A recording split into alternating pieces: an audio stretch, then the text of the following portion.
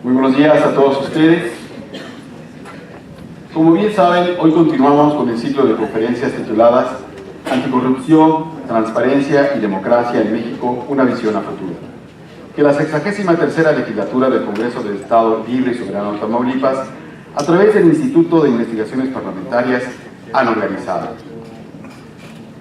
Hoy toca el turno al doctor Francisco Javier Acuña Llamas, quien presentará la conferencia magistral El Sistema Nacional de Transparencia en México, origen y conexión con el Sistema Nacional Anticorrupción.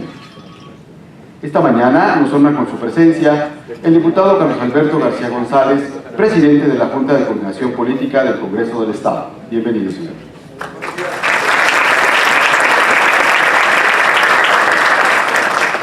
Agradecemos la presencia del licenciado Abelardo Perales Meléndez, consejero jurídico del Gobierno del Estado, en representación personal del ciudadano gobernador constitucional del Estado de Tamaulipas, licenciado Francisco Javier García Cabeza de Vaca.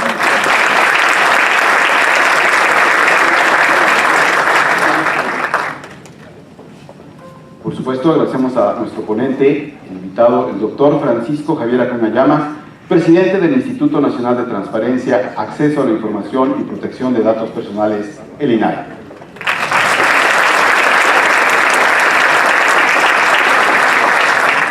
A la licenciada María del Pilar Gómez Leal, titular del Instituto de Investigaciones Parlamentarias del Congreso del Estado Libre y Soberano de Tamaulipas.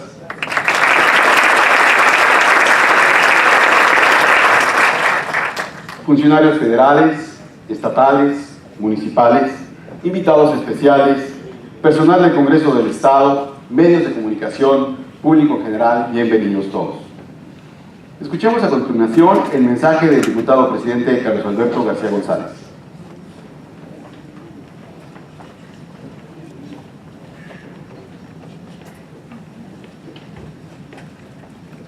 Muy buenos días a todas y a todos. Seré breve. En este poder continuamos comprometidos en mantener una vinculación permanente con la comunidad a través de diversas acciones, como lo son este ciclo de conferencias que organiza el Instituto de Investigaciones Parlamentarias, denominado Anticorrupción, Transparencia y Democracia en México, una visión a futuro, que hoy nos permite escuchar al doctor Francisco Javier Acuña Llamas, presidente del Instituto Nacional de Transparencia, Acceso a la Información y Protección de Datos Personales, mejor conocido como el INAI, quien nos hablará del Sistema Nacional de Transparencia en México, origen y conexión con el Sistema Nacional Anticorrupción. Sin duda, coincidimos con nuestro invitado de este día en el sentido que ambas son instancias públicas creadas para contribuir a recuperar la confianza de las y los ciudadanos en sus instituciones. En Tamaulipas estamos viviendo una transformación en el paradigma que por muchos años se arraigó en las políticas públicas afectando a la ciudadanía. Hoy por hoy estamos dispuestos a romper esquemas y ganarnos con un trabajo transparente y de cara a la sociedad la confianza en sus instituciones, porque los tiempos así lo exigen y los tamaulipecos así lo merecen. En este Poder Legislativo trabajamos en el primer periodo ordinario de sesiones para cumplir en tiempo y forma con las armonizaciones, así como la creación de leyes que permitirán la instalación en tiempo y forma de lo que es el Sistema Estatal Anticorrupción. La participación interinstitucional hizo posible transitar hacia una de las metas más anheladas por todos los tamaulipecos: tener una ventanilla donde se pudieran hacer las denuncias sobre corrupción y un fiscal que conociera de estos casos. Así fue como el 18 de julio del presente se abrió esta posibilidad con el aquí presente, el fiscal Javier Castro Ormachea. Gracias, fiscal, por estar aquí.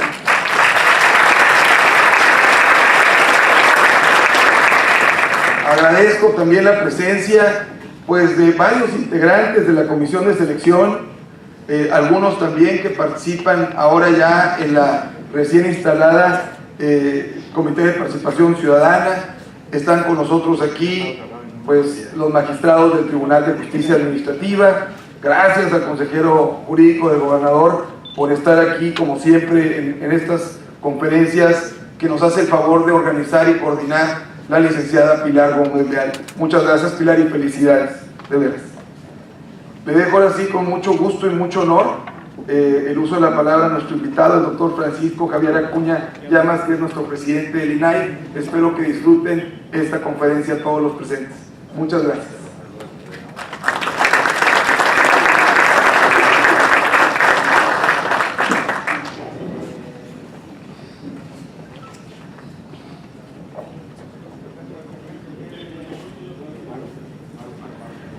Antes de iniciar la conferencia, me voy a permitir dar a conocer una semblanza de nuestro ponente. El doctor Francisco Javier Acuña Llamas es licenciado en Derecho por la Universidad Regiomontana y Sociología por la Universidad Complutense de Madrid. Fue catedrático de posgrado en la especialidad de Derecho a la Información en la Universidad Autónoma de México. Autor de diversos libros y publicaciones sobre temas relacionados con derechos humanos y discriminación, transparencia electoral, derecho a la información, transparencia y corrupción, datos personales y acceso a la información, por citar algunos.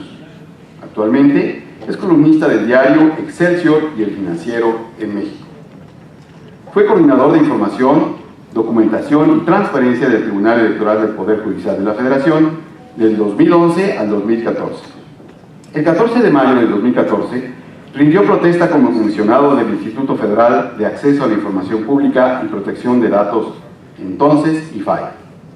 El 12 de mayo del 2017, el Pleno del Instituto Nacional de Transparencia, Acceso a la Información y Protección de Datos Personales, el INAI, eligió al comisionado Francisco Javier Acuña Llamas como presidente para el periodo 2017-2020. Cedemos el uso de la palabra al doctor Francisco Javier Acuña Llamas. Adelante.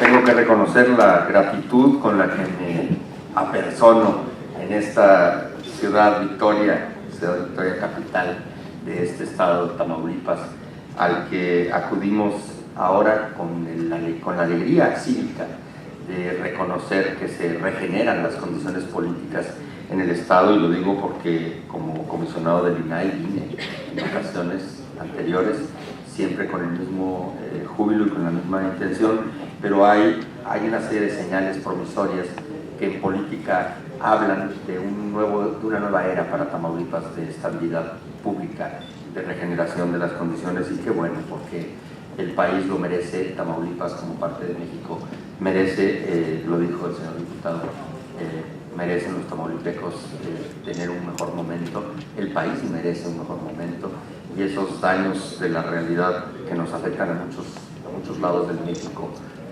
grande, del México enorme, en los que hemos venido viendo con el pasado, y hace tiempo que se degradaron las condiciones políticas, y la inseguridad pública en general se generó nuevos momentos del país.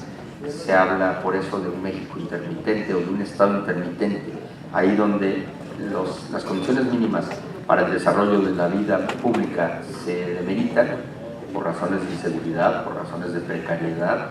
Entonces se establecen zonas intermitentes. Hay lugares del país, hay zonas grandes del país que registran ese tipo de condiciones, y a mí me alegra regresar a Tamaulipas en las que con el ejercicio de la continuidad y la continuación del afán público en un momento nuevo y renovado de la vida pública de Tamaulipas. Reconozco y respeto, por supuesto, a los señores diputados que tuvieron la gentileza de invitarnos, a María del Pilar Gómez, quien fue la que hizo posible la concreción de esta visita de un servidor, pero bueno, reconozco y respeto al señor diputado Carlos Alberto García por la invitación y por las palabras de bienvenida, al señor consejero jurídico, representante del señor gobernador, con quien tendré la oportunidad más tarde de encontrarme para firmar de testigo, en mi caso, un interesantísimo instrumento que se celebra entre Instituto de Tamaulipas de Acceso a la Información Pública, que preside mi queridísima Rosalinda Salinas. Desde luego reconozco a Juan Carlos, Alberto, sus compañeros, Roberto, sus compañeros Y por supuesto, debo decirles que vengo acompañado hoy, tengo el gusto de estar en coincidencia con Yoli García, que es la presidenta del órgano garante de Veracruz, pero es la coordinadora general de los organismos garantes del país, dado que la charla es sobre el Sistema Nacional de Transparencia y ella es vecina de Tamaulipas, pero aún así me acompaña o nos hemos hecho coincidir en muchos lados del país. Le dije yo a Yoli, y Yoli hizo un esfuerzo de agenda que le agradezco mucho porque vino desde ahorita. Le agradezco mucho.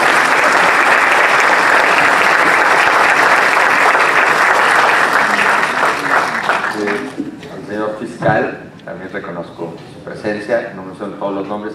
Y quiero recordar a un amigo entrañable, a Edgar Danés, que es un compañero que tuvimos la oportunidad de coincidir en España, bueno, desde antes en Monterrey, en la Universidad de Regiomontana. Yo soy egresado de la UR, no sé cuántos de aquí, porque la gente de Tamaulipas se hacía presente allá en la UR, así que hay muchos compañeros que contemporizamos en aquellos años 80 y algo, en Monterrey de Nuevo León, que es, y sigue siendo una ciudad cercanísima en muchos sentidos a todos los tamaulipecos. Yo, como un zacatecano, no pude hacer mis estudios de licenciatura en Zacatecas, en la Universidad Pública Autónoma de Zacatecas, porque una activista política que luego fue gobernadora tenía tomada la universidad cuando yo tenía la oportunidad de hacer mi carrera, y tuve que irme. En Zacatecas soy un inmigrante desde entonces, tuve que emigrar de Zacatecas para hacer mi carrera. Había dos destinos: o Guadalajara, que era o Monterrey de Nuevo León. Entonces, pues por muchas razones conseguí beca en la Universidad de Monterrey, en la Universidad de Regiomontana, cuyo rector era entonces un personaje interesantísimo, el filósofo Agustín Basabe Fernández del Valle, a quien me tocó además, por una razón, ser su asistente como el becario, sacacopias, para decirlo de manera más evidente y más clara. Era un personaje egregio, de una enorme categoría. Entonces, con él aprendí, aparte de entender la autoridad por su estilo y por sus prominentes términos, también entendí o aprendí una aventura de inquietudes por la filosofía y por el conocimiento del derecho. Andrés, magistrado reciente y renovado, o sea que nuevo magistrado, también reconozco tu presencia desde tu gran servicio de acompañamiento en el ITAI, que reconozco. Bueno, ¿qué puedo decir? No quiero expresarme más que, sin perder las solemnidades de conferencia, quiero que me permita, Pili, ya se lo pedí, me dijo que sí, que podía hacer ejercicios de acercamiento que rompieran lo convencional, porque lo que importa es conectar y explicar lo que está pasando en México en estas asignaturas, y qué mejor con una tribuna tan grande como esta, con un salón precioso como este que nos han dispensado para este día. Señor diputado, muchas gracias, presidente, a todos los integrantes de este Congreso, que tienen un hermosísimo recinto legislativo. Tuve la oportunidad de conocerlo hace unos minutos, y como todos los que venimos decimos lo mismo, quedamos encantados por la belleza estética y la holgura con la que se plantea el ejercicio más importante para los politólogos. Muchos siguen pensando que es el poder constituido básico, es decir, el poder parlamentario. El poder legislativo es donde se residencia la sociedad, ahí se representa la sociedad residenciada a través de la actividad de la representación, ahí se establece el punto de partida de los mandatos en los sistemas parlamentarios. Los diputados, una vez que consiguen la curul, y ahí forman gobiernos, y uno de ellos hace la posición de primer ministro, a diferencia de nuestro sistema presidencial y presidencialista, que hay que decirlo para empezar a acercarme al tema. Ayer, que me hace el favor Raúl de entrevistarme en este Congreso, me hace una entrevista minuciosa, insistente, y entonces le decía yo que es una cosa curiosa que México, siendo un país presidencialista, en una gran vocación presidencial y presidencialista, sin embargo, curiosamente, el Poder Ejecutivo fue el primero de los poderes que a nivel federal y luego a nivel de las leyes locales quedó cautivado, ojalá hubiera sido, quedó cautivo en las obligaciones de transparencia. Es decir, por razones de tiempo y de distancia, el Poder Ejecutivo, que es el que tiene las mayores potestades administrativas, bueno, por excelencia las potestades administrativas, el que dispensa los mayores servicios y el que genera los mayores problemas y beneficios en términos reales, para decirlo así, en cualquier estadio que lo queramos ver, es y fue el poder público que primero se sujetó a la legalidad en términos de las obligaciones y deberes de transparencia. Eso no quiere decir que lo cumpla en todos los términos igual de bien o igual de mal. Quiero decirlo, que eso sí es interesante, es una apuesta rara, pero tiene que ver con la lógica presidencial también de innovar y de experimentar en beneficio del propio titular del poder público. Esta es una historia que voy a explicar, puedo ser rápido, pero sí conviene porque tiene interés, vamos a decir, politológico. Entonces, el Poder Legislativo y el Poder Judicial, la verdad, se quedaron un poco cautelosos, dijéramoslo así. Los legisladores, que son los que finalmente resuelven la ley, los partidos políticos al seno del Parlamento, también dijeron, nosotros hasta el final del experimento, es decir, preferimos que primero el Ejecutivo cargue solo el asunto y veamos cómo se comporta. Y de alguna manera lo empujaron, pues claro, con la absoluta conformidad del propio Ejecutivo.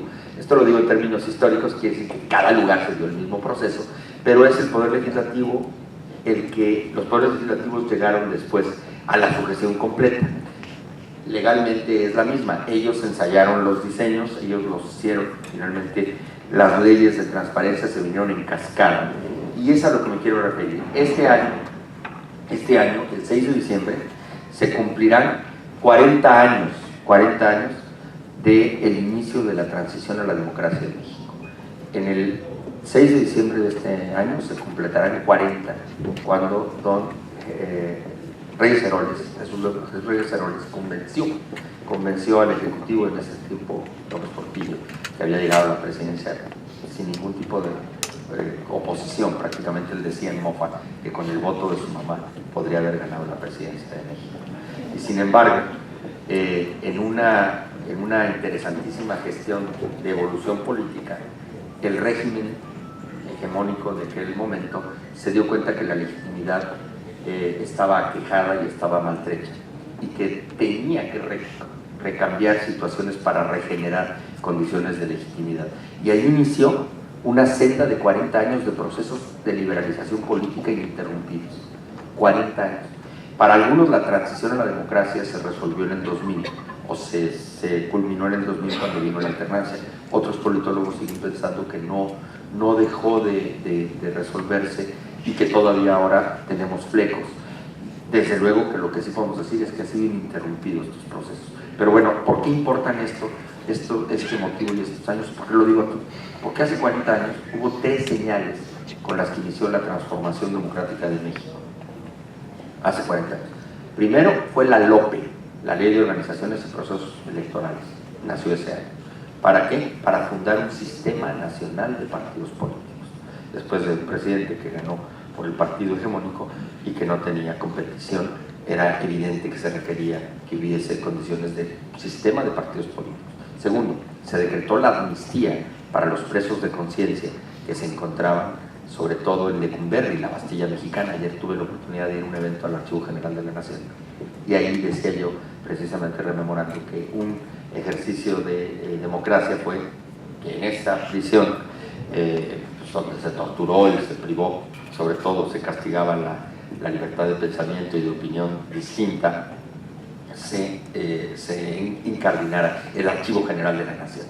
Y la tercera de las razones, que es la que me hace estar hoy aquí, es que se inscribió en el texto de la Constitución, en el artículo 6 de la Constitución, una lacónica expresión con la que se sellaba ese artículo: el Estado garantizará el derecho a la información.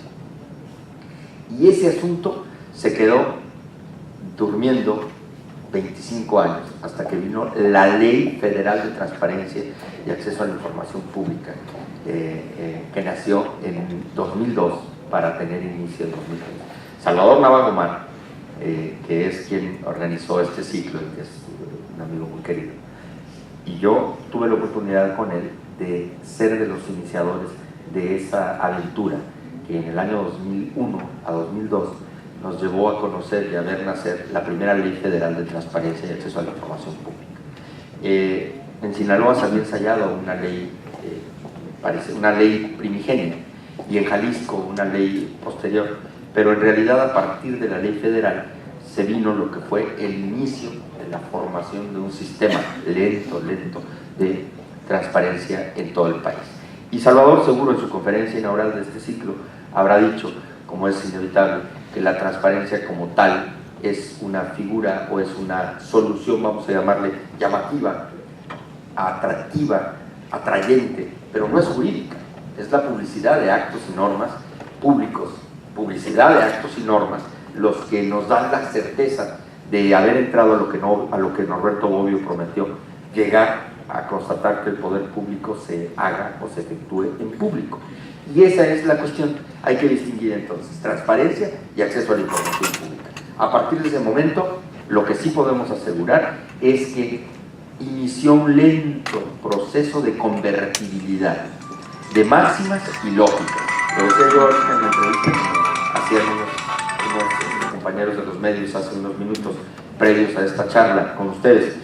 Les decía, había una serie de rituales y lógicas con las que se ejercía el poder público. Uno de ellos era el silencio administrativo.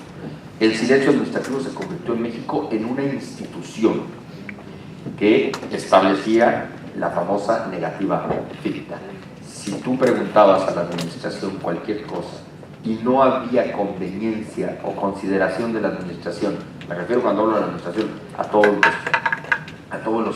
las instituciones del Estado en su conjunto, pero especialmente a las que incardina o encabeza el Ejecutivo Federal, y la constelación de instituciones que forman su administración, en el caso federal, 250 a la fecha, cuando llegó a haber más de 1000 antes de los procesos de adelgazamiento que se hablaba del Estado en sus etapas del ingreso de México al GATT, año del 85, y de inserción de México en la aventura de la globalización. Bueno, pues el silencio administrativo o el silencio de la administración, que vino a centrarse mucho durante la época del desarrollo estabilizador de un México encofrado, que defendía a sus empresarios y a la iniciativa privada que proveía la industria, y que la defendía con aranceles elevadísimos de cualquier intrusión de los productos del extranjero. Ustedes que son de frontera tienen este problema resuelto con mayor sensibilidad porque lo vivían de manera distinta, pero todavía muchos de los que somos de mi rodada en esta sala pueden recordar las famosas decomisos de hornos de microondas de cierto funcionario público al que se acusaba pues, de haber ingresado a México clandestinamente, naturalmente, pues fayuca, o sea, fayuca, que eran productos de fayuca. Y en todas las ciudades de México, como en Tepito, la principal expresión de donde se puede conseguir lo indebido y lo que no debiera de conseguirse, bueno, había naturalmente una sucursal para recibir productos de fayuca. Yo de niño fui muchas veces a comprar con mi mamá cosas que eran importantes para ella, que venían de acá y que de los Estados Unidos y que eran de fayuca.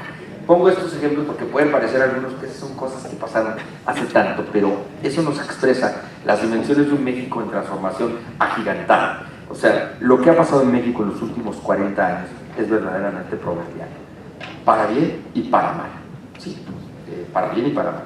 Entonces, regresando al efecto, el acceso a la información pública no es ni puede seguir viéndose, para algunos así todavía parece, una moda que ha venido a imponerse y a establecerse para venir a colocar a los funcionarios en apuros, para venir a sentar en el banquillo a los funcionarios a que expliquen lo que tienen que explicar porque hicieron o porque dejaron de hacer. Esa es la lógica que anima el derecho de acceso a la información.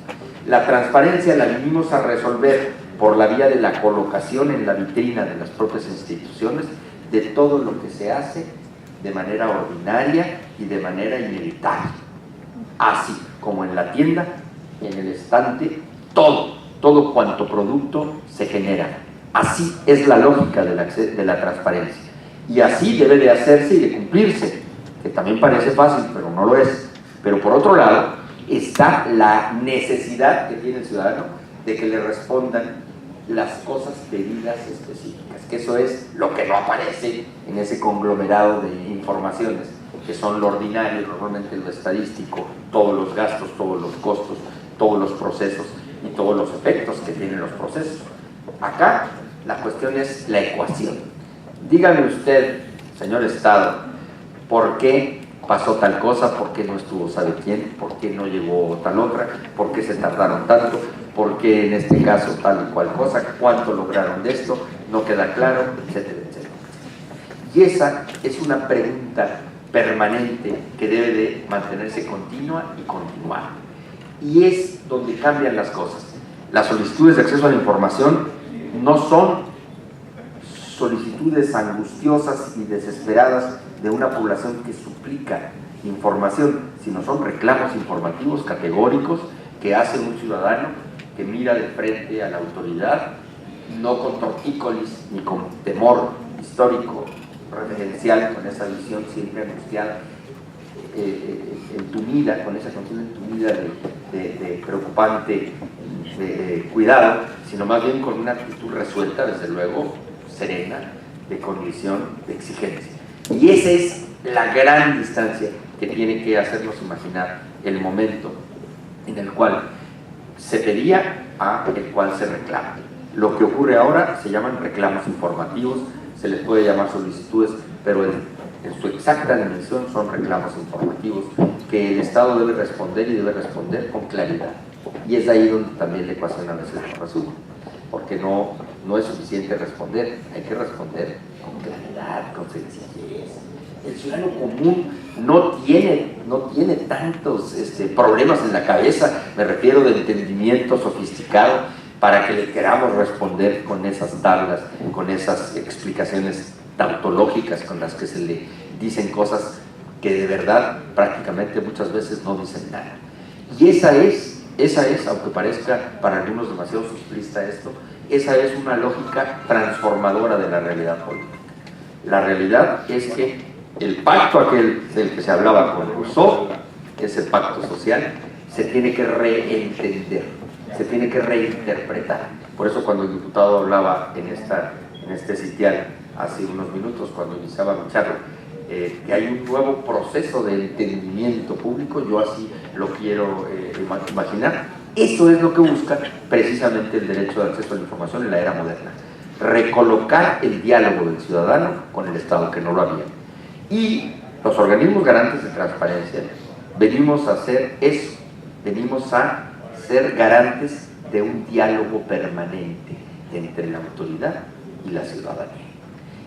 Las solicitudes de acceso a la información pública o el derecho de acceso a la información pública es, ante todo, un control individualizado de la gestión pública.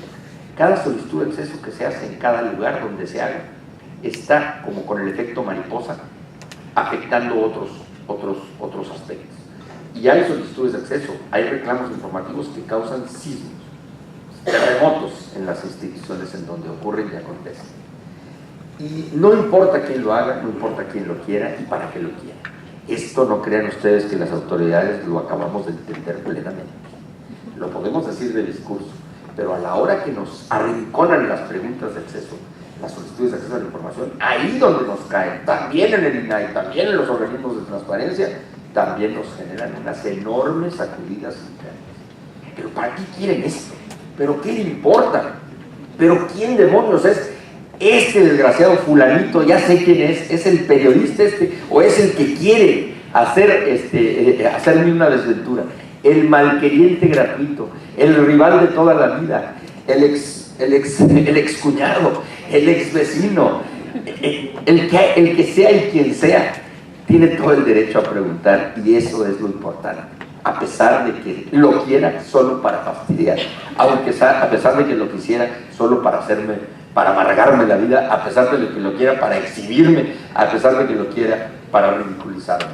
Y esa es la lógica con la que operan los controles externos de las administraciones públicas. No basta que haya controles. Los controles del señor auditor, está acá, me hizo el favor también de recibirme, lo sabe, los controles, por más que existan, requieren estar cruzados. De otra manera, no funcionan del pleno.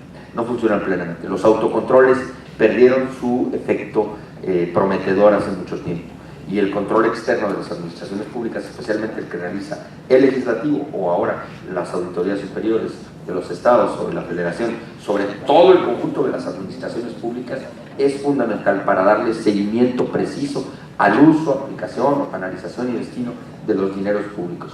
Pero no todos los controles existentes tienen que ver con dinero, aunque sí el dinero y su ruta sea lo que más entusiasma o provoca solicitudes de acceso a la información. Es decir, hay una buena parte de las solicitudes de acceso o del ejercicio del control que ejerce la ciudadanía a través del acceso a la información pública, que no necesariamente tiene que ver con dinero exacto, sino con mucho que es también algo cuantificable, que es el ejercicio en especie. Es decir, las acciones públicas, perdón, las acciones públicas, me cambias para cambiarles un poco la vista, no los canso. Hay muchísimo que no tiene precio exacto. La dilación para la realización de una obra, la demora calculada o inevitable o justificada o injustificable. Muchísimas acciones que no se hacen en tiempo y forma generan corrupción también. Un Estado deficitario en el ejercicio de sus servicios públicos se vuelve ineficaz para responder lo que tiene que responder. Cada instrumento responde, o cada institución debe responder a lo que le ha sido confiado. Pero cuando la entropía viene y empantana los funcionamientos de cada institución, naturalmente se generan fallas que afectan a otras, y hay cadenas de errores institucionales que alcanzan a todo el tinglado o a todo el elenco de instituciones públicas. Y ese tipo de fenómenos también pueden generar o pueden estar relacionados con corrupción. El Estado mexicano vino a generar la creación de dos sistemas que llamaron poderosamente la atención en el mundo. Uno es el Sistema Nacional Electoral, del que ya les han hablado, y ese Sistema Nacional Electoral tiene una enorme dosis de transparencia. La transparencia en México inició por la ruta electoral, porque además México es un país que sigue volcado en lo electoral y que sigue abrazado y atrapado en lo electoral, de una manera, hay que decirlo, fuera de lo común. Ningún país del mundo tiene un elenco de instituciones creadas ex profeso para lo electoral como las tiene México. Ningún país del mundo, y me refiero ni a China ni a la India, que por el tamaño de sus poblaciones podrían tener un sistema electoral e instituciones electorales permanentes en todo el mundo, y sobre todo en el mundo avanzado, más moderno, pues democráticamente hablando. Lo electoral es una cuestión efímera que se circunscribe a unos cuantos meses previos a la elección, al proceso de renovación de la dación de la confianza pública para quienes merecen el sufragio y por consecuencia la posibilidad de hacer gobierno. Pero en México eso es distinto, y la transparencia vino a ser una solución para acallar, para calmar y para pacificar la lucha por el poder. Y no hemos resuelto, a pesar de 6 reformas electorales consecutivas desde 1988, que fue la gran crisis de legitimidad electoral y que vino a crear todas las instituciones políticas electorales de México. De ahí vino una buena parte de elementos que vinieron a servir a la construcción del sistema de transparencia en México, porque ahí vinieron las exigencias más caras que todavía siguen causando enormes problemas al Estado mexicano. Las exigencias de un padrón confiable, que tiene que ver mucho ahora con las competencias que tenemos nosotros en el INAI y en los organismos, sobre todo en el INAI por la cuestión de la protección de datos personales, pero también los organismos de transparencia estatales, la máxima base de datos del país, que es la que tiene el INE, con 93 millones de registros de personas con derecho a votar en México, y pongo de manifiesto que también vino la urna transparente y la credencial para votar, que es el instrumento más caro que existe y que vino a servir de cédula de identidad. Y hay un debate importante sobre por qué no hay una cédula de identidad si hay credencial de elector, y en eso es un debate que no nos toca para esta charla, pero lo menciono aquí porque es un instrumento que importa. Estos mecanismos hicieron la necesidad de crear un registro nacional electoral, que es impresionante como institución, y dieron la obligación y la necesidad para el INE, una institución organizadora de los comicios permanente, con un número muy grande de personal, y los famosos organismos locales, OPLES, que también existen, más los tribunales electorales en cada uno de los estados y un tribunal electoral superior, o sea, una un tribunal electoral del Poder Judicial de la Federación. Todos estos procesos, ustedes ya los han visto y oído, tienen que ver mucho con la lógica de la transparencia. Y la transparencia, sin embargo, fue insatisfactoria. ¿Para qué? Para el ejercicio de la acción de gobernar. O sea, por un lado, esto es muy importante, nos hemos preocupado mucho en el cómo acceder al poder, pero urgía también dedicarle una mirada al cómo ejercer el poder.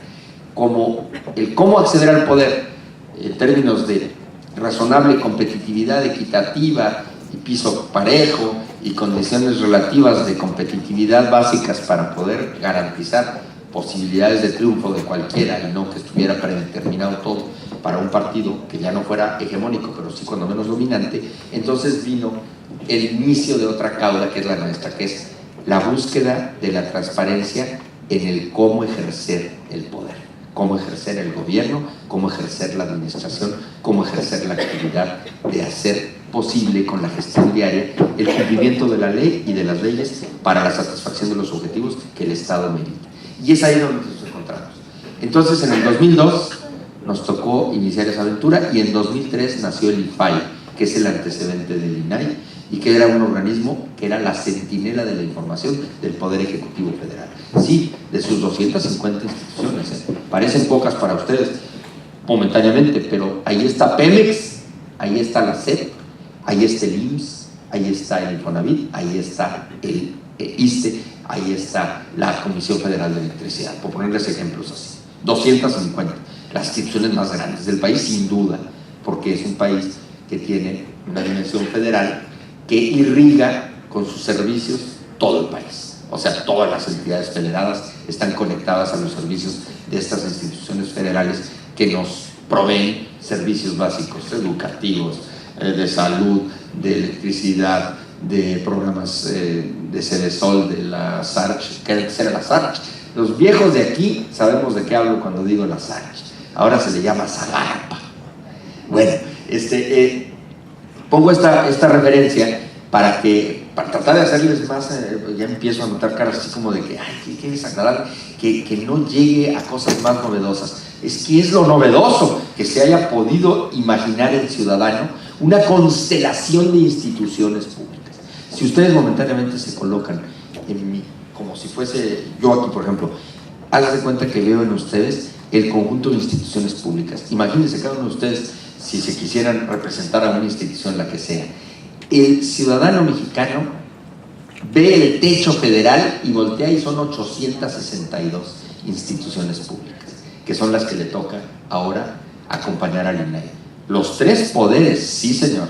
El Ejecutivo con sus 250, sí, pero está el Poder Legislativo, que tiene las dos cámaras, está la Auditoría Superior de la Federación, y está el Poder Judicial, que tiene a la Suprema Corte, desde luego, máxima y magnánima, superior, pero también está el Consejo de la Judicatura Federal con sus cientos y cientos de tribunales.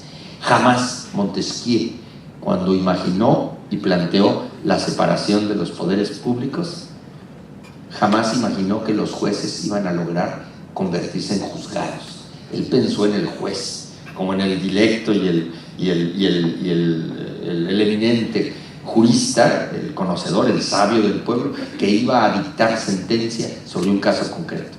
Los primeros juicios fueron juicios ad hoc, que se armaban y se montaban in situ en la plaza, eso sí, para saber el veredicto. Pero nunca se habló de los juzgados, y menos de los tribunales.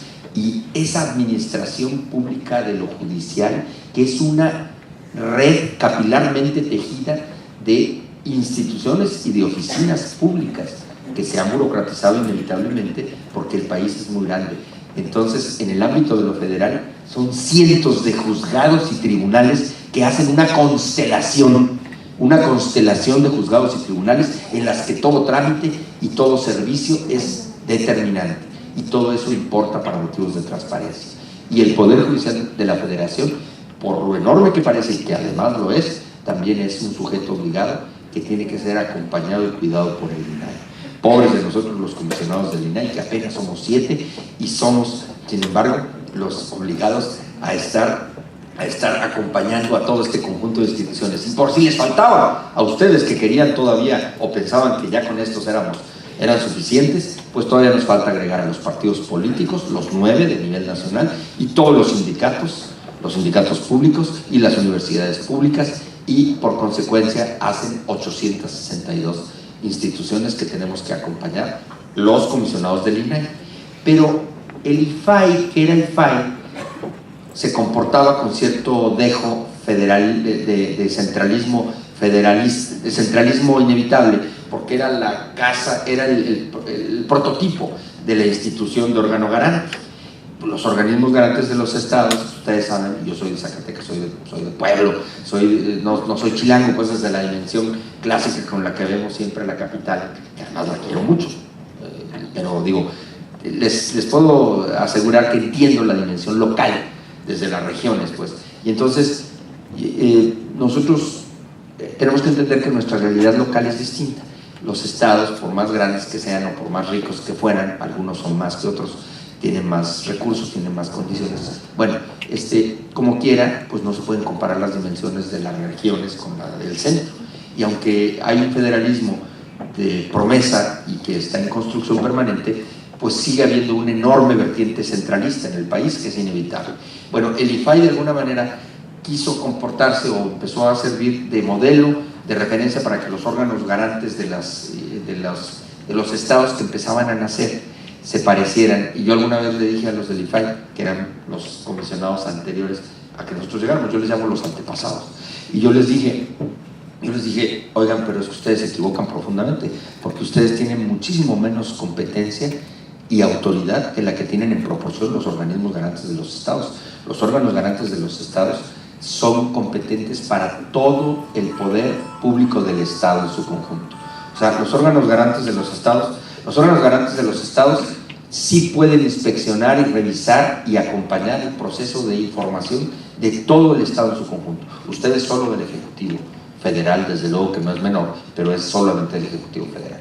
Con el tiempo y un ganchito, decía don Fernando Soler, que se acuerde, usted, consejero, usted y yo sí somos de la roda, los otros son muy jóvenes, pero con el tiempo y un ganchito, decía, se vino formando esto, y en el 2014 la Constitución se reformó, y entonces el constituyente alojó una nueva gama de elementos para perfeccionar este sistema nacional de transparencia, y con eso el Estado mexicano emprendió otra aventura de sistema, que es la creación de este sistema nacional de transparencia, colocando así las cosas. 32 estados, la Ciudad de México ya se convirtió en un estado, era el DF, tienen su organismo garante para el ámbito local, y van a estar homogéneos, organizados de tal manera, coordinados, de manera que el INAI, en este caso quien preside el INAI, a mí me tocó la oportunidad por un tiempo, preside el Sistema Nacional de Transparencia, y entonces nos reunimos en Consejo General cada vez que hay necesidad. Los órganos garantes, los presidentes de los órganos garantes de esas 32, Juan Carlos estuvo yendo hasta hace un tiempo, que tocó ahora la oportunidad de ir a Rosalinda, y así es, un proceso cíclico, y bueno, nos reunimos, de ahí se aprueban una serie de lineamientos y de mecanismos para avanzar. ¿Esto ha generado muchos problemas? Sí. ¿Por qué? Pues porque no estábamos acostumbrados, me estoy cambiando adrede, para generarles cuando menos movimiento. Es que cuando si no empieza a haber cansancio, y no hay cosa peor para uno hablando que es percibir la molestia, la fatiga del cansancio. Afortunadamente no hay calor, hay que echarle la culpa. En mi caso se siente muy rico el clima. Pero bueno, fíjense ustedes la dimensión organizativa que esto tiene de este sistema. Los 32 estados tienen su órgano garante de transparencia. El órgano garante de transparencia es el inspector, vigilante, impulsor, coadyuvante, consejero, amigo, aliado de las administraciones públicas a las que cuida, motiva y exige. También regaña respetuosamente cuando le hace ver que no se entregó la información adecuada, que se tenía que haber entregado mejor, que se tenía que haber entregado más. Pero es al fin de cuentas un control, como cuando el auditor nos avienta también las observaciones que inevitablemente nos llegan y nos caen encima como piedras que pueden parecer algunos. Pues son los procesos de la fricción pública. Las instituciones tienen que pulimentar el espacio público, y solo así se logra que haya controles y que haya mecanismos de inspección. De otra manera, bajo la lógica de la suficiencia, y más cuando somos de pueblo y todos nos queremos relativamente, o nos caemos bien más o menos, o nos queremos no decir al menos tan directamente a veces que nos caemos tan mal o tan poco bien como podría pasar, entonces viene una lógica de complicidades, que es lo que generaba caudas muy grandes para la corrupción y para la simulación. Cuando hay falta de controles, se generan condiciones propias para la corrupción, sin duda, porque entonces viene la lógica de la suficiencia. Y la verdad, Dostoyevsky ya decía, ¿qué dosis de verdad admite un hombre? Pues mínima. La verdad, decíamos a nivel popular, que pues cala, la verdad cala, y la verdad no agrada. Cuando es implacable, cuando es benigna, pues claro. Entonces, la verdad es que lo que importa aquí es el derecho a la verdad. O sea, el derecho a acceso a la información, ante todo, es una vía para llegar a esa cima rara, que es el derecho a la verdad.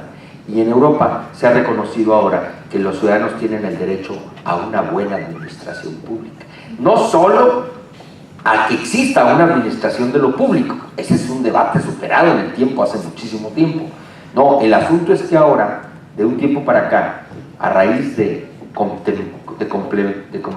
contemplar los problemas que tiene el progreso, la tecnología y los efectos de la tecnología sobre la dispensa de la autoridad, surgen nuevas ecuaciones y nuevos problemas. Y entonces ahora lo que urge es, sí, pero no basta. O sea, no basta que haya administración pública que presumiblemente funcione, vamos a decir, ordenadamente y satisfactoriamente. No, es necesario mucho más. Y esto lo que urge es que haya el derecho a una buena administración de lo público. Y cuando hablamos del derecho a una buena administración de lo público, hablamos de la necesidad de que haya una administración racional, racionalista, funcional, ordenada, que sistematice. La corrupción, porque vamos al tema del Sistema Nacional de Anticorrupción. Entonces, no bastó que hubiera un Sistema Nacional de Transparencia, no bastó. La transparencia no erradica la corrupción, entendamos. La transparencia puede inhibir la corrupción, pero la transparencia por sí misma no la evita, o sea, no la erradica, no la combate. La puede evitar, pero ¿qué ha pasado en los últimos años? Que han aumentado las lupas que colocamos nuestros organismos garantes de transparencia, los de los estados y el INAI, juntos, porque somos juntos un equipo. Hemos puesto muchas lupas sobre la gestión pública y hay ahora una impresión de que la corrupción ha crecido terriblemente.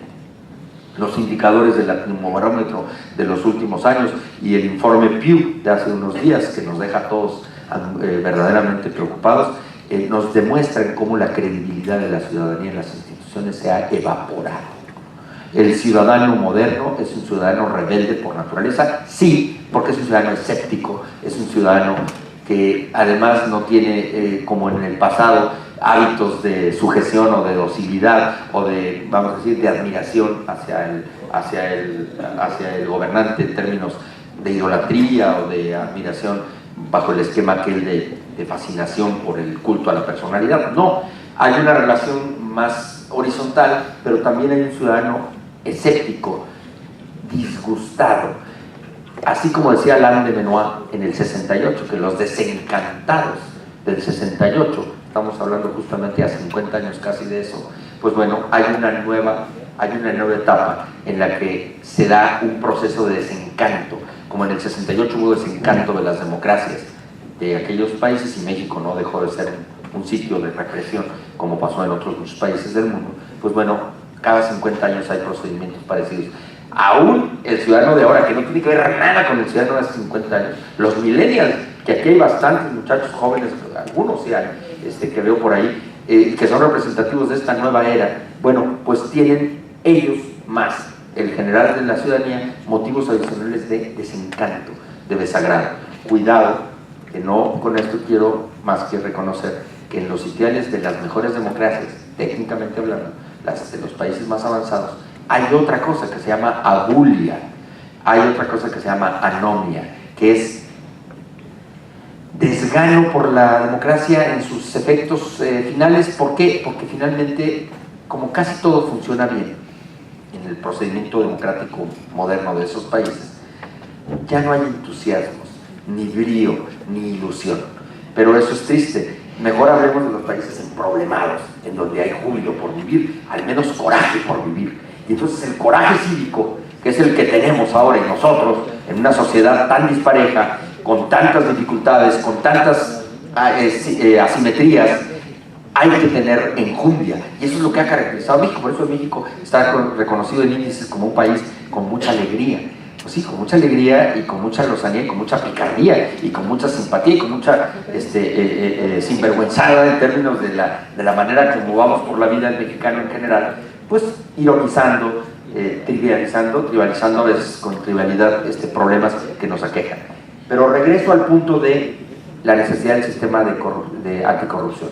El Sistema Nacional de Transparencia era para poner orden en la administración y para alcanzar el derecho a la verdad, que es un derecho que no está ni siquiera constitucionalmente regulado en términos completos, y el derecho a una buena administración, que pareciera para algunos como una especie de absurdo. No, es que no basta con que haya, como decía Pablo Lucas Verdú, no sé si lo dijo Salvador, cuando había los dilemas democráticos, decían, no basta con que haya constitución, hasta Cuba tiene constitución, el problema es vivir en constitución, o sea, vivir dentro de la constitución, vivir dentro de la legalidad. Y en esa instalación dentro de la legalidad, de nueva época y de nuevo cuño, no sé si causa mucho cansancio a algunos, pero se los digo con absoluto respeto a la necesidad de identificar esta lógica. Fíjense ustedes, ahí está el secreto de la nueva parte. ¿Cómo volcar la corrupción? Que se volvió ya, por desgracia, Dos veces que me cambien lugar, a ver si con eso motivo que los que están cansaditos me ayuden a cuando menos completar el deber de decirles. Es donde vino la necesidad mexicana rara. México es un país extraño. Cioran lo decía, porque Rusia y España son vitales, pero México es surrealista. Y la verdad, cuando vamos a los países, al extranjero, se los digo que he tenido la oportunidad de estar viajando mucho y explicamos lo que estamos haciendo en México en el Sistema Nacional Electoral, Sistema Nacional de Transparencia, Sistema Nacional de Anticorrupción. Muchos levantan la ceja y dicen, raro los mexicanos con estos sistemas que no tienen otros países. Ninguno de estos países democráticos tiene estos sistemas así, se los puedo asegurar. Por algo será. Pero ¿saben qué? No es una cosa que cause mofa. Los europeos han puesto centros de observación y de investigación para darle seguimiento a lo que pase con estos sistemas mexicanos de nuevo género o de nuevo estilo. Y ya México se volvió, hoy por hoy, es una cosa interesante, en un país referente de la transparencia, porque ni los países europeos tenían estos esquemas. Pues no, porque la lógica anglosajona o angloamericana es rectilínea desde el origen. Y había muchos mecanismos dispersos, no necesita haber leyes de transparencia en los países europeos, sobre todo, porque ellos tienen por muchos preceptos aislados en todas las instituciones comportamientos de sujeción y de rendición de cuentas. Entonces no es necesario que haya una ley de transparencia y que haya una institución que se encarga de vigilar la transparencia de las demás instituciones. Pero al fin de cuentas, cuando vino también la otra parte de nuestro deber, que es la parte de la protección de datos personales, es ahí donde sí vino el otro componente interesante que tiene el INAI y las instituciones públicas que nosotros formamos, que es la otra encomienda, la protección de datos personales, y en esa hay un campo enorme, Pili, para que en otra ocasión, en otro esquema, se amplíe la información sobre el sistema de protección de datos personales, que no está para esta lista. Lo que me falta decir del Sistema Nacional Anticorrupción es que es un experimento también, sí. Se formó con 7 instituciones que lo estamos integrando. El presidente del INAI forma parte, la presidenta del INAI forma parte de ese sistema. Está la secretaria de la Función Pública. El esquema a nivel local ya se reprodujo en todos los estados. Aquí ya tenemos la verificación o la vivificación. Allá no tenemos fiscal todavía anticorrupción, que es un tema que está causando enormes conflictos y enormes perplejidades, ya lo saben ustedes, pero está el presidente del Tribunal de Justicia Administrativo, está un consejero de la Judicatura Federal, está el auditor superior de la Federación, y está además del presidente del INAI, la secretaria de la Función Pública, y la presidenta ahorita es quien es la presidenta del Comité de Participación Ciudadana, que es una solución muy interesante que se forjó en el Senado mexicano. Llamaron a unos representantes activistas de la sociedad civil para que eligieran a cinco notables para encomendarles esta interesantísima encomienda. Este sistema nacional anticorrupción es también otro de los sistemas con los que se armoniza, ¿qué? Pues se lo voy a decir más sencillamente, pues aspas y nuevos mecanismos para licuar la colusión pública. Lo voy a decir más claramente. Dado que la legalidad básica ordinaria no fue capaz de sostener o de mantener, vamos a decir, un régimen ordinario de normalidad democrática que impidiera enormes componentes de corrupción y de ilegalidad y de impunidad, que es el resultante inevitable de la corrupción, la impunidad. Cuando la corrupción no es atajada y no es revertida, no tiene efectos adversos, entonces cuaja en impunidad, y la impunidad es la presunción absoluta, la presunción, vamos a decir, la presunción confiable de que no pasará nada respecto de aquello que se hace indebidamente. Ese techo de impunidad tan grande generó una irritación popular desmedida que vamos a tener que contemplar a partir de unos años de antes y de ahora, y que bueno, en 2018 naturalmente podrá darnos fuertes avisos de cómo se va a conducir o cómo se va a temperar esos efectos de la irritación popular o la irritación ciudadana generalizada. El Sistema Nacional de Anticorrupción vino a dar con esto una expresión de solución pública para tratar de atajar este vicio de la corrupción, para tratar de poner a México en un nuevo momento. Esperamos que México logre con este Sistema Nacional Anticorrupción demostrar que pudo revertir los vicios y los hábitos indebidos del quehacer público, que los sistemas de transparencia pueden avisar y acusar lo que se está generando en error o en ejercicio, bueno, en error o en inexactitud, ¿no? Y que la filosofía del mérito y botín con el que se accede al poder tenga reversa y fin. Esperamos llegar a conquistar este periodo, y yo me siento profundamente orgulloso y agradecido por esta oportunidad de explicar a ustedes, aunque fuese de manera tan accidentada a lo mejor, estos sistemas en construcción. Muchas gracias.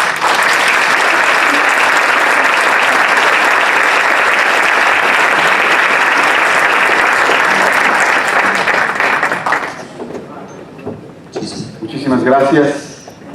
Iniciamos con la sesión de preguntas y respuestas, con la participación de los asistentes, con aportaciones puntuales sobre el tema expuesto, para lo cual dos compañeros que están ubicados en los pasillos les facilitarán los micrófonos y les solicitamos inicien su pregunta dando su nombre, independencia o institución de procedencia. Adelante.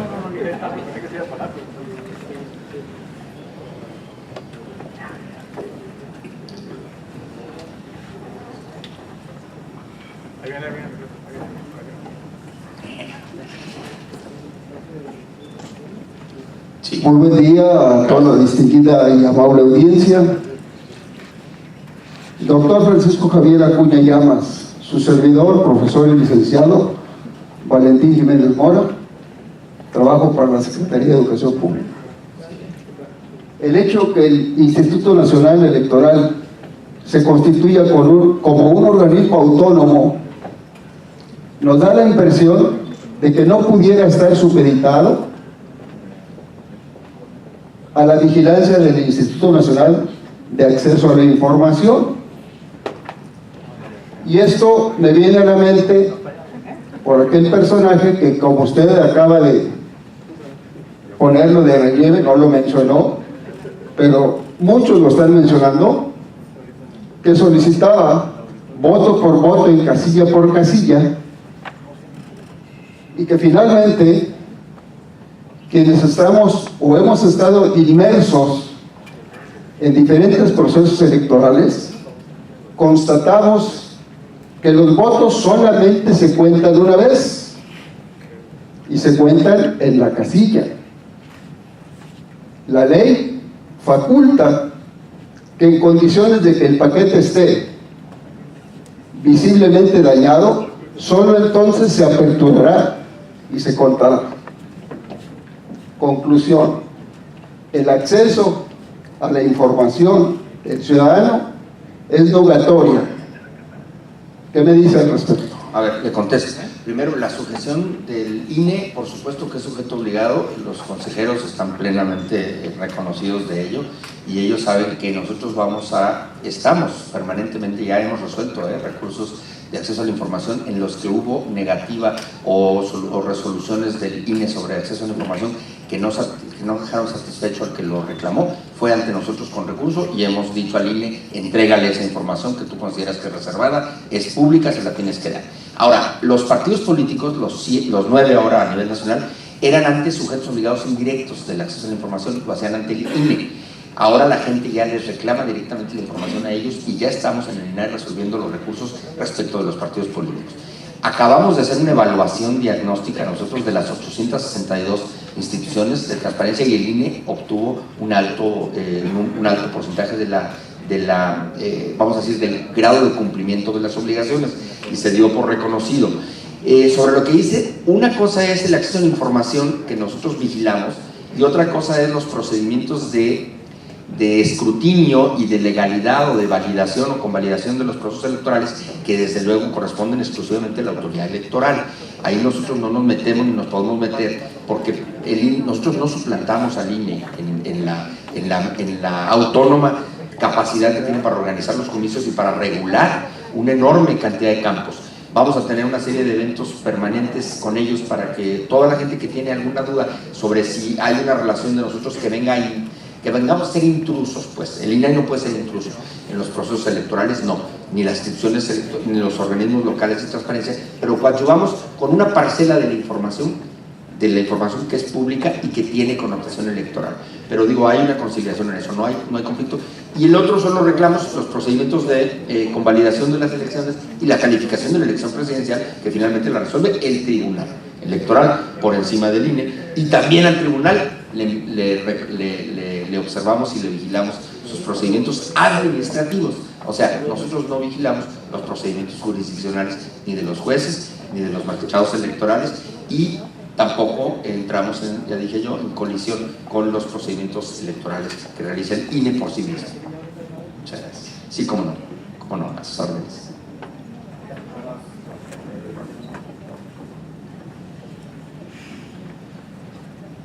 Buenas tardes, doctor. Desde el punto de vista del INAI, ¿cómo ve usted la participación que debería tener los comités de participación ciudadana? Los comités de participación ciudadana, ¿te refieres? Del sistema. Del sistema.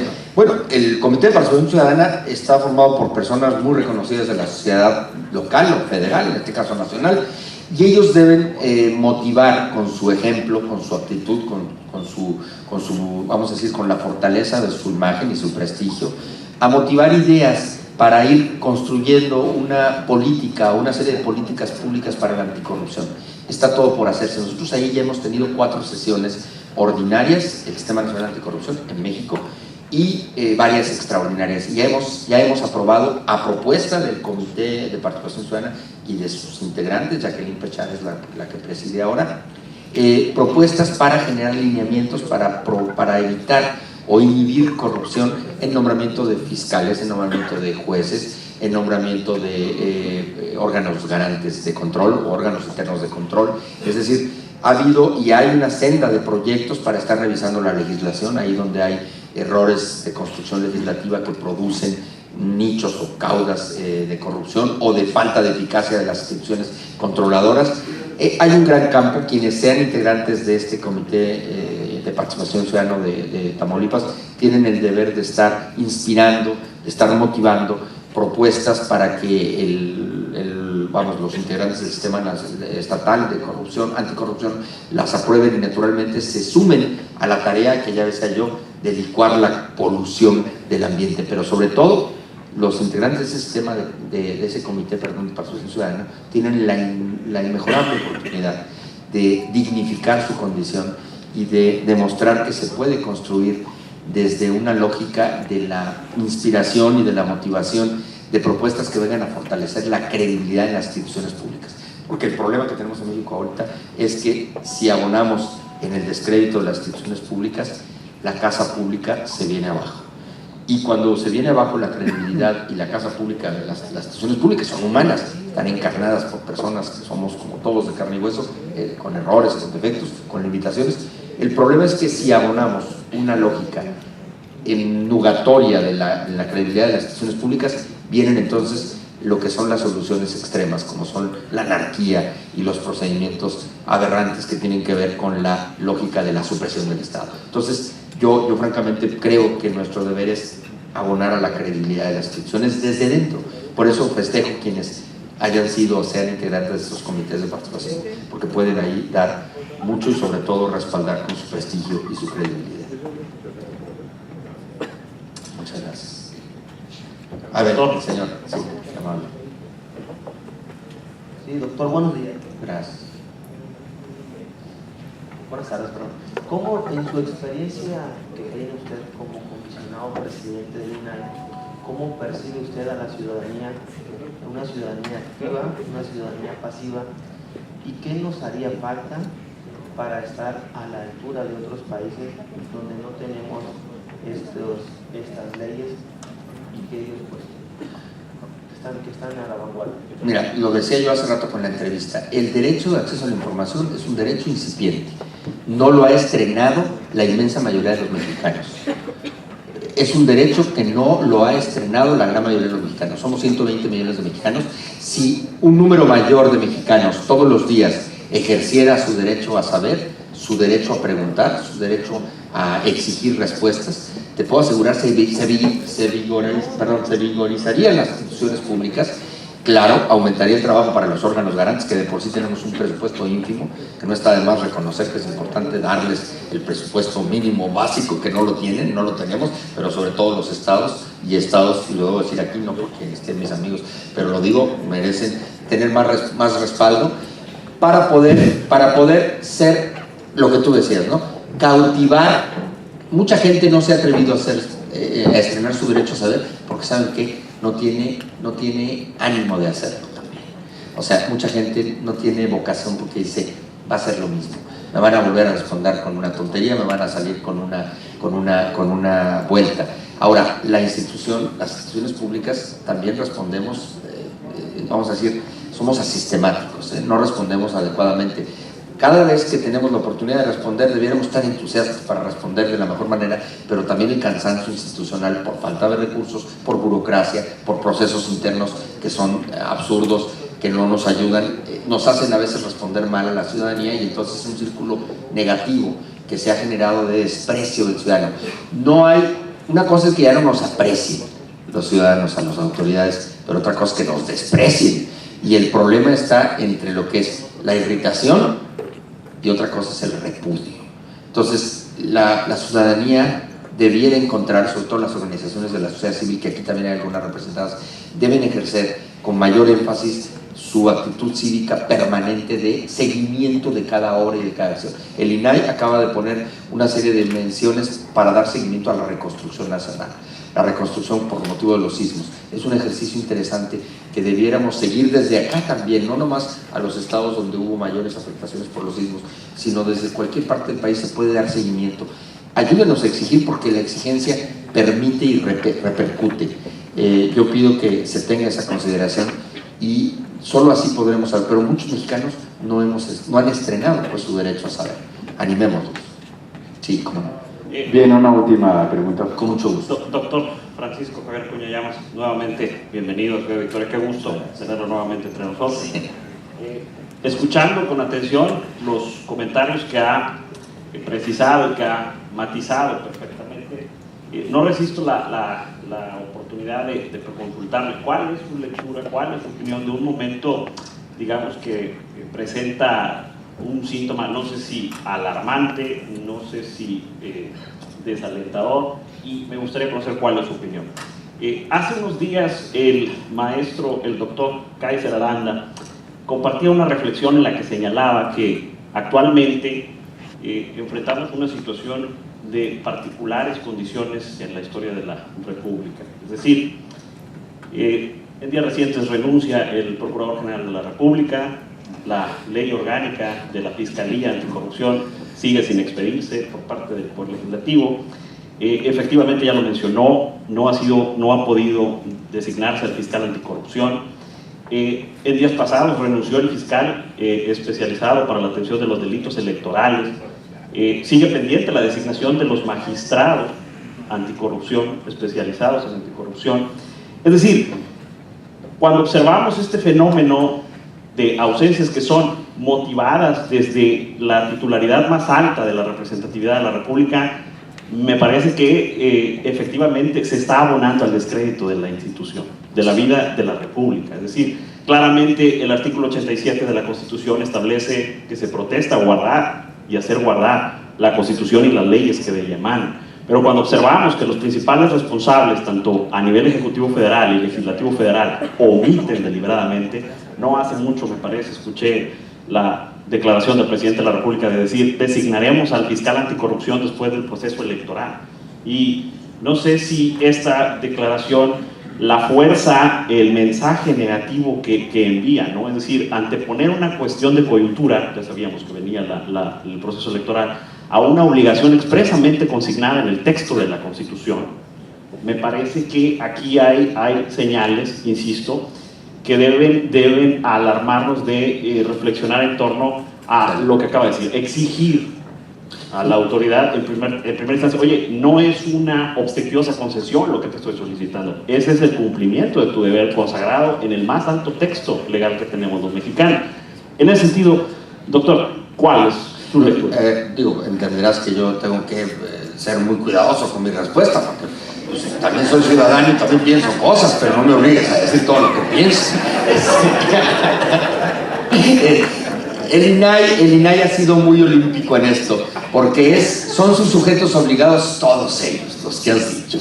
El Senado, por un lado, la Fiscalía, con titular en condiciones de vamos a decir, de remoción, aunque está pendiente el procedimiento para su confirmación o eventual resolución de ese incidente. Pues sí, un incidente atípico que por supuesto genera lecturas preocupantes, desde luego. En las democracias hay accidentes de trámite. Europa, que tiene las mejores democracias, ha tenido años sin gobierno, o sea, sin un titular de la administración, y funciona. Dicen en Italia que incluso hasta prefieren que no haya primer ministro, que no haya premier, porque funciona mejor la administración, porque hay estabilidad funcional. ¿Qué te quiero decir? La democracia, lo dijo Winston Churchill, no es la mejor de las formas de gobierno, lo dijo, es la menos mala. Y esto no quiere decir que haya accidentes democráticos que están conturbando a las instituciones y a las personalidades que integran estas instituciones. No puedo juzgar a las personalidades porque no debo, como presidente del Sistema Nacional de Transparencia y parte del Sistema Nacional Anticorrupción. Me puede venir además la oportunidad y la necesidad de intervenir en alguno de los procesos de este tipo, eventualmente, más que decirlo, nos va a tocar inevitablemente. Pero sí te puedo asegurar que como ciudadano también te digo que eso es algo que a la ciudadanía sí lo inquieta, y a la ciudadanía les produce a veces eso, o desánimo o mayor oportunidad para profundizar en los mecanismos que existen para incidir desde la sociedad civil. Las organizaciones de la sociedad civil están permanentemente exigiendo una u otra postura, y esas son causas válidas, necesarias, que qué bueno que se den. Yo francamente te puedo asegurar que quisiera que la cuestión, lo que sí es importante es decir lo que yo decía hace rato: el proceso electoral del 2018 inició el 8 de septiembre y ya imantó la vida pública del país, y ese es un dato inevitable.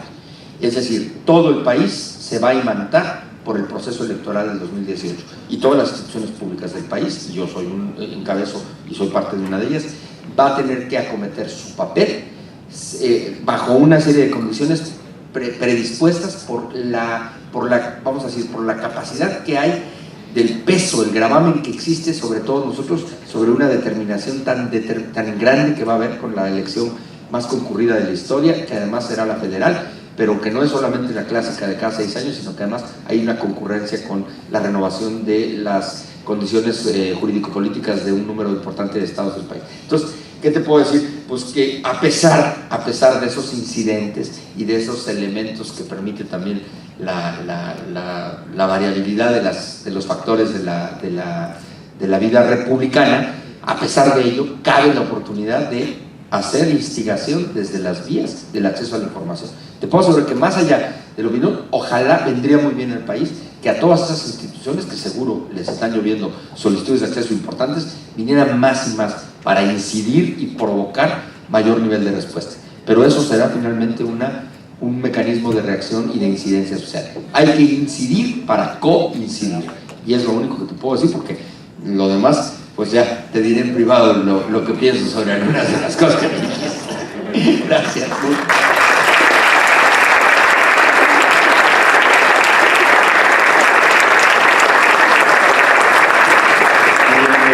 Con esto terminamos la sesión de preguntas y respuestas y procederemos a llevar a cabo la entrega de reconocimiento al ponente, para lo cual solicitamos al licenciado Abelardo Perales Meléndez y a la licenciada María del Pilar Gómez Leal. Pasen al frente para llevar a cabo la entrega de reconocimiento, por favor.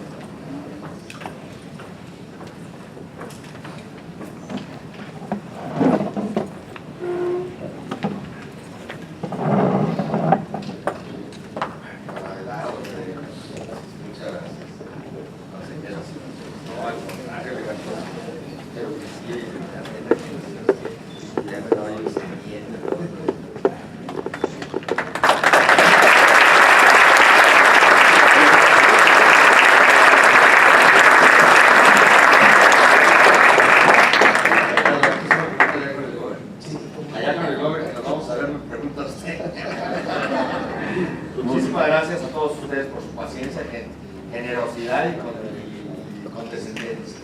Y esperamos estar viniendo desde luego mucho a ahorita. Muchas gracias.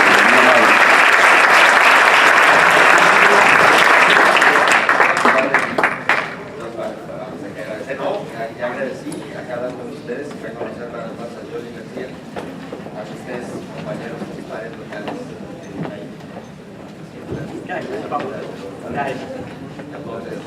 Hola.